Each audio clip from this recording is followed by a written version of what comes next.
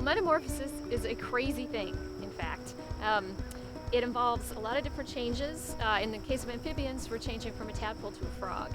And there's a lot of really remarkable things that go on. So for example, a tadpole is going to exchange gills for lungs. Tadpoles have gills to breathe water and frogs have lungs to breathe air. And both gills and lungs are really complicated structures, all sorts of tubes and channels and surfaces for exchanging oxygen. And they just swap one out for the other. All the while they're still breathing and swimming and surviving. They also exchange a tail for 4 legs. So they have to sort of dissolve that tail and grow 4 legs. Again, all the while they're swimming and eating and feeding and surviving. They don't get to just lock themselves in their room during this awkward phase.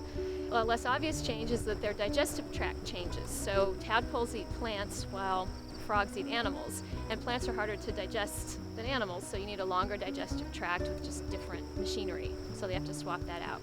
And all this is actually pretty dangerous because if you have half a tail and half a set of legs, you're not going to be a very good swimmer or a very good jumper, so you're easy prey. It also takes a lot of energy. Now, humans have a slightly different perspective because for us the problem is often too much energy, right? It's too easy to get your hands on donuts and potato chips. But most animals really are living on the edge. So they're spending a lot of time trying to find the food to fuel their basic survival. And anything that's taking up extra energy is going to make it harder to grow and harder to reproduce.